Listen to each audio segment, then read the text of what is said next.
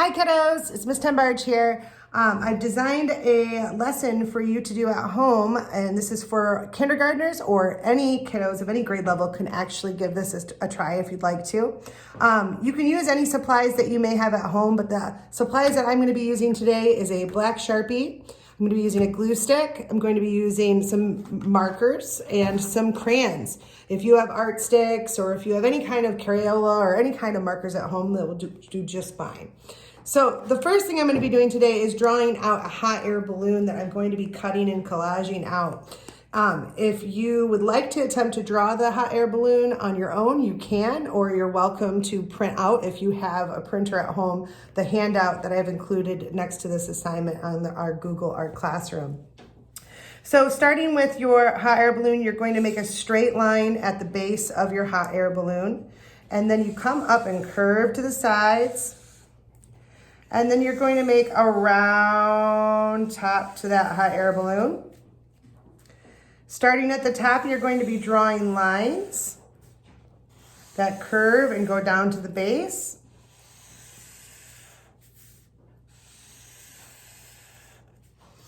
When you're all finished with that, you can take your markers and begin to fill each of the stripes of your hot air balloon with a different fun pattern.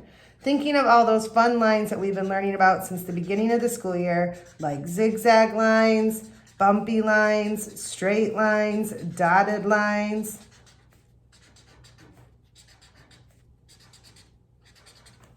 And I'm starting off with the markers, but I will be continuing with the crayons to fill the rest of the white space on my hot air balloon with more color. And this one I'm choosing to do, instead of a line pattern, I'm doing a circle pattern, which you could fill these areas with not just line patterns. You could, of course, do letter patterns, number patterns, stripe patterns. You could do shape patterns. On this one, I'm going to make some purple stripes.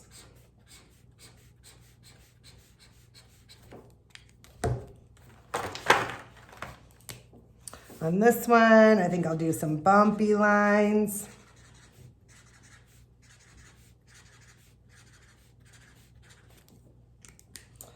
And then, how about some swirlies, some spirals. And like I said earlier, you can use any of the materials you have at home. If you only have crayons, you don't have to use markers. You can just use crayons to make all these fun patterns. And then I'm going to use my crayons that I have here to fill in the rest of the white space in between my patterns. Once again, you could do all of these patterns and coloring in with crayons or colored pencils or whatever you may have at home.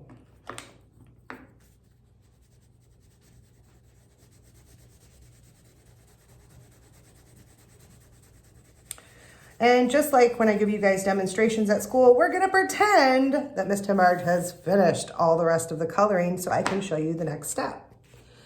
The next step, you're going to be cutting out your hot air balloon.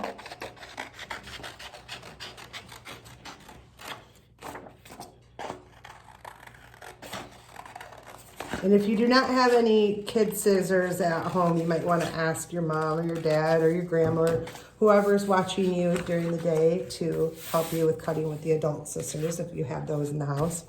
Now, I have a blue piece of paper that I'm going to be collaging this into, but you may not have blue construction paper laying around. So if you want to just glue it onto another piece of paper of any color you can and then color in the sky blue, you can do that. So the next thing I'm going to do is I'm going to be putting glue on the back of my pattern hot air balloon. And I'm going to put glue all along the edges so I know it'll stick down and stay sealed to my blue paper. Now, Miss Tenbarge doesn't even have brown construction paper at home today, so I am going to actually use my creative problem solving. Instead of cutting out a basket and adding it to the bottom, I'm going to actually draw my basket using a crayon, or I could even draw it with my Sharpie marker first.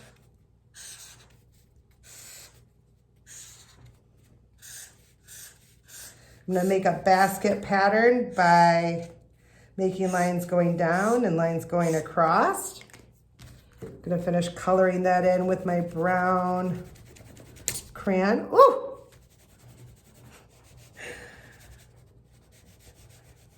And then I'm going to connect my basket with my Sharpie marker. If you wanted to draw some little people in your hot air balloon, you could. Now I'm going to start to think about details in my sky. The scraps from my hot air balloon I can use to easily tear to make fluffy clouds in my sky.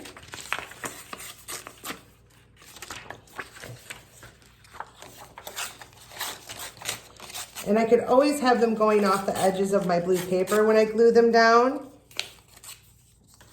And then trim off what is hanging off the edge later. So putting some glue on the back of my cloud. I'm gonna actually have this one going off the side here. Remember, this hot air balloon's high in the sky, so there can be clouds even down along the bottom.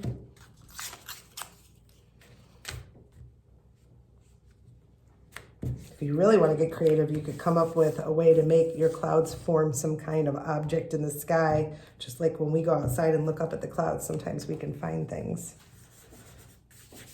So I have my clouds in my sky, and I've got, that's my little Vinny barking in the background. I know I've talked to some of you about him. He hears me talking and he doesn't know who I'm talking to. So the next thing I'm gonna do is I'm gonna get a nice blue crayon and I'm gonna make some wind blowing in my sky by making some spirals.